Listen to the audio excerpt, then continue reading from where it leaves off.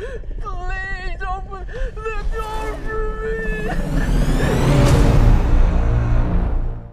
Jurassic World Rebirth. Well, as a big dinosaur nerd and a very true fan of the franchise, I will always see a Jurassic Park film. Maybe. More than likely.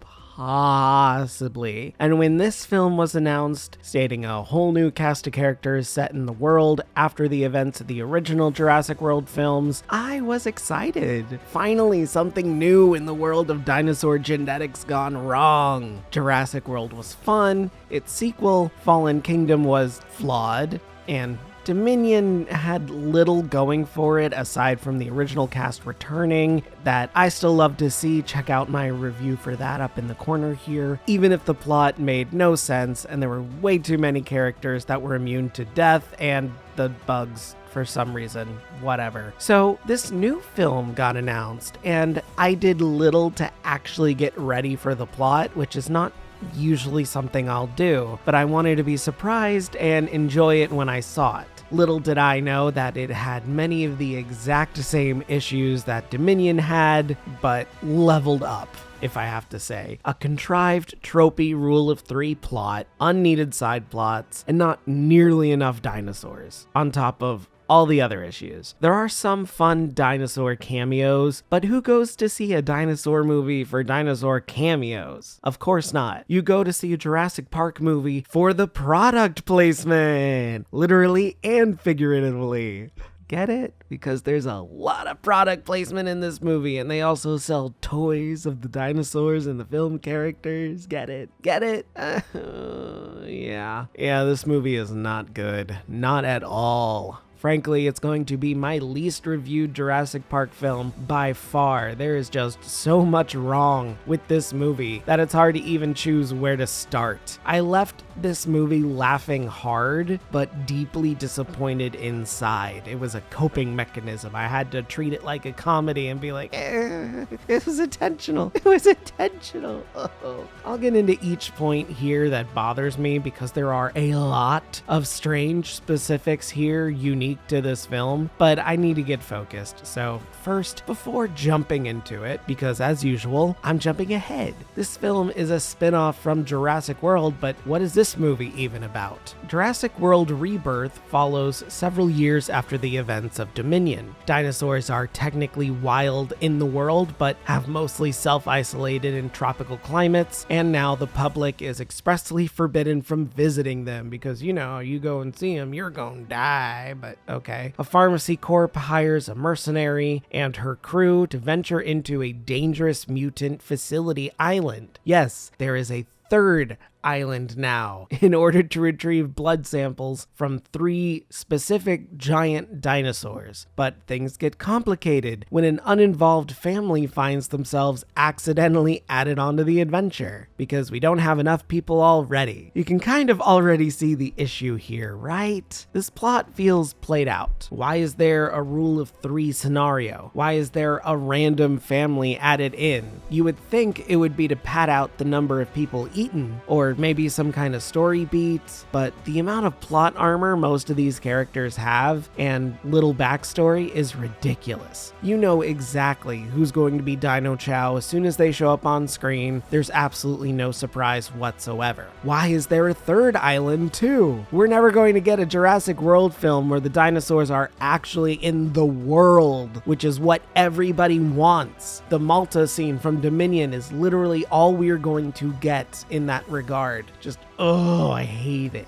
Before I get into the negatives though, let me at least focus on some positives, however few there are, that are also flawed. Starting with the acting, probably the only suitable part of this film, and even then, there's only 3 actors that really work here. Starting with Scarlett Johansson as the mercenary Zora. She's fun, snarky, quick with a ready retort, and a clear set of morals, even if she's shady and money hungry. There's a whole character here, and while we don't get to see too much of her being that character, she can certainly be explored and deepened in future installments if we get them. Plus, come on, it's ScarJo. She knows what she's doing. She's an incredibly prolific actress and knows her craft. Come on. Next, we have Mahershala Ali as fellow mercenary Duncan Kincaid. He's fun. He's the tropey badass of the film, telling people what to do, barking orders, and also having a very slight emotional backstory that we really only very briefly get to hear about. He's supposed to be an emotional anchor, and it doesn't really work that way. Overall, he's fine. His character really needed to be expanded on. We get some exposition between him and Zora about his alleged wife and kid, and that's supposed to fuel his story and his actions going forward, but he doesn't really do anything with it until the very end of the film. It just kind of exists. It's a real shame too, because he's a great actor when given good stuff to work with. And clearly, the filmmakers want to explore some sort of emotional side here, so why don't they? He watches his teammates get eaten and very clearly is shaken up by a lot of it, but he's never given the time to properly emote. Instead, the film is more focused on our inserted dinosaur expert Jonathan Bailey playing, and I'm not making this name up, Dr. Loomis. Could we have picked any other name? This is not Halloween, this is Jurassic World, but okay. Anyway, Bailey is fine. Again, he is way too straight-laced and too everyman, hey, big pharma is bad kind of emotional. He's just too nice, to the point it gets frustrating. There's no depth to his character whatsoever. He's just a goody-goody two-shoes that is here for the ride because why not? I feel like they were setting up a romance between him and Zora, but it just was not working on screen. Not only because Bailey is very gay, but the chemistry between them is just not there. He also has a couple of running jokes too that just don't go anywhere and feel more obnoxious than anything else. It's just mid. It's okay. It's fine. He's a good actor, but everything else is just ugh. And that's actually all of the actors I want to talk about. No hate to any of them or all the other actors here. They had to work with the story they were given, and the physical stunts and acting they had to do are great. Some really fun stunt work here, but I just couldn't connect emotionally with any of them. Even when some of their team gets eaten, they just truck around like nothing happened. There's no emotional weight anywhere that doesn't feel completely forced, and the lines just don't work. Although there is one line that did made me laugh, which is near the end where one character goes, "I'm not hysterical, I'm homicidal."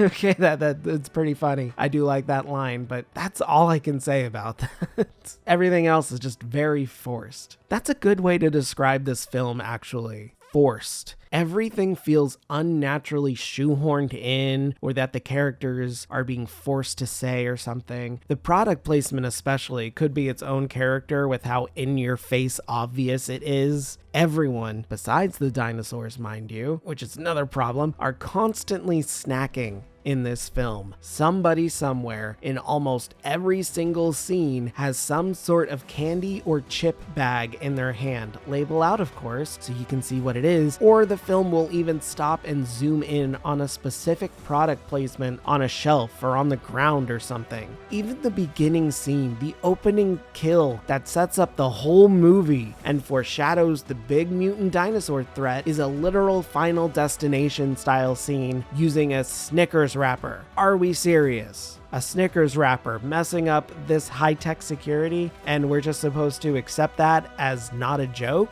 Okay, are we serious? I do think that it does set the film up to be a comedy, and that it's supposed to be very unserious, but the rest of the movie just doesn't follow this tone at all. It's very strange. Other jokes force the product placement into the spotlight, like one dinosaur really liking red vines for some reason, or Jonathan Bailey taking the movie hostage twice to loudly crunch on Altoid mints for a few seconds. It is beyond frustrating. I'm sorry, this isn't a candy movie. This is a dinosaur movie. Why does the product placement have more screen time than the dinos? Someone explain that to me, please. And that's another issue. There are barely any dinosaurs in this film at all. We have the main three, some Spinosaurs, a few mutants, a brief cameo of raptors, and a blink and you'll miss it Dunkleosteus head. What is this? Are we serious? Dominion had the most dinosaurs and physical dinosaur props we've ever had, and this is a huge step back. There is a T-Rex scene as well, but it feels thrown in because they have to fit a T-Rex somewhere in the movie. It's not a Jurassic Park or World movie without a T-Rex. What really bugs me, though, is that most of these dinosaurs don't do anything at all. They're not really threats. They barely get any significant screen time at all. And the ones that do, outside of cameos, include scenes that can be ignored or cut out of the film entirely, like that T-Rex scene. It doesn't affect anything in the movie, can be completely removed. It's just filler. When the body count ends up being less than a handful as well in a movie with this many characters, something is wrong. Something is very, very wrong. Speaking of dinosaurs, there is no overarching threat like all the other films have. The dinos do feel more like animals in this movie, not like sentient grudges with teeth, but there is no real threat looming over the film. For example, like the raptors from Jurassic Park 1, or the Spinosaur from Jurassic Park 3, or the Indominus Rex from World, or the Indoraptor from the second World, or the Giganotosaurus from Dominion or something. There's not even a big bad that is really pulling strings behind the scenes, like, what's going on here? There is actually a beast set up to be that threat called the D-Rex, but it only shows up at the very end of the film and there's no real build-up. It just kind of appears. Okay. There's no threat here despite what is immediately evident on screen, and that's no fun. There's no tension, no build-up, no proper escalation, just characters moving from plot point to plot point, sometimes dealing with filler or dealing with whatever monster of the week, or I guess third of the movie is showing up at that moment in time. Sometimes not even that. It is beyond frustrating. I said this film has a lot of issues that Jurassic World Dominion had, and I do still think so after thinking about it, but at least Dominion had some scenes that helped to justify its runtime and existence as a film. This movie barely has any dinosaurs, has way too many characters with full plot armor, so nothing bad will ever happen to them, too many subplots that make no sense, and it also drags its feet.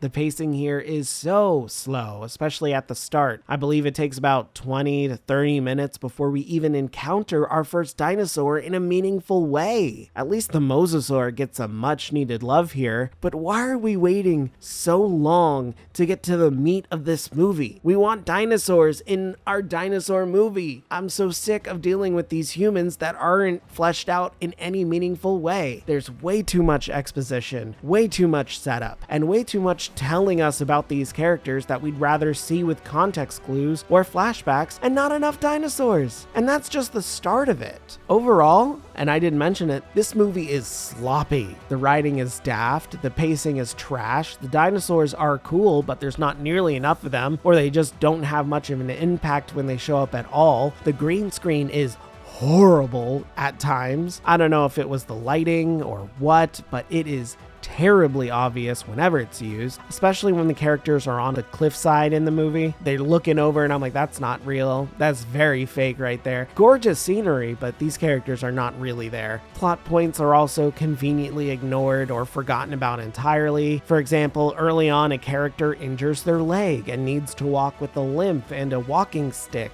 But by the end of the movie, which is supposed to be the end of the day, they're running, carrying people on their back and crouching after having trekked for miles, and the leg is never brought up again. Just so lazy. Jesus. Another example, the characters get away from a dinosaur by hiding behind a rock that the dinosaur can't fit its head past. So the big beast just leaves. There's nothing stopping it from walking around the rocks, but okay, scene over, cameo fulfilled, film has to move on. It's so very exhausting. This movie bothers me a lot. I'm tired, I'm stressed, and this movie hurt to sit through. It didn't do anything to help.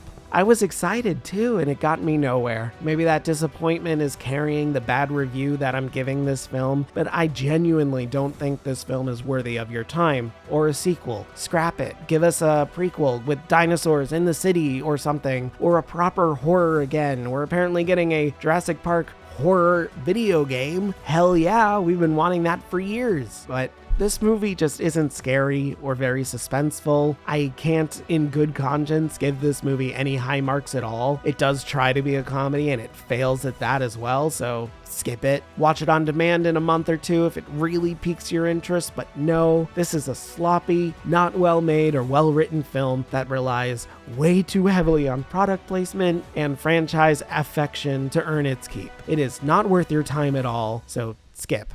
So ultimately, Jurassic World Rebirth gets a 4.5 out of 10 from me. Hey guys, thanks for sticking around for another one. Yeah, sorry, this turned into a rant. I wanted this to be good and it let me down, and let me down hard. Thankfully, I did watch a good movie right after this. K-Pop Demon Hunters on Netflix. That movie is actually really well made, a lot of fun, very good. I'm not gonna review it on here, probably, but if I do, it's definitely getting an 8 or a 9 out of 10. Really, really good. I wasn't expecting it to be good. That title is terrible. Feels way too kiddie for what is actually a surprisingly dark movie. Even though it is a liar revealed trope story, it's still a fun, very well animated romp with excellent music and very interesting. I hope we get a sequel out of that. But anyway, as for Jurassic World, I don't know where this franchise is going to go from here. I don't really like any of these characters that are left. The family is forgettable completely. ScarJo and Jonathan Bailey are all right. I don't think Mahershala Ali is going to want to sign on to do more. I don't know. It's something. It's annoying, but at least we don't have weird clone stories. We just have mutant dinosaurs that are also not really explained. So, I hate it. I hate it so much. Anyway, what did you guys think? I've seen a lot of people reviewing this movie, placing it that it's better than the last two Jurassic World movies, and I very much disagree because this is, oh God, but that's my opinion. What are your opinion? What do you guys think? Did you see this movie? Where do you put it in the now 7 Jurassic Park films? Where do you rank it? Let me know in the comments below. After that, don't forget to like this video, subscribe, ring that bell so you don't miss a video, and yeah, that's it. Have a great day, and if you're not, have a better one. See ya.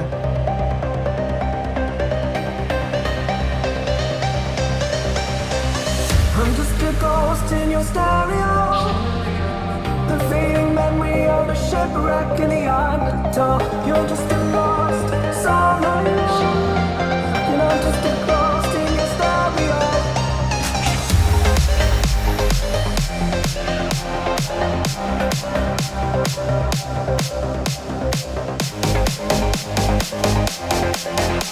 stereo.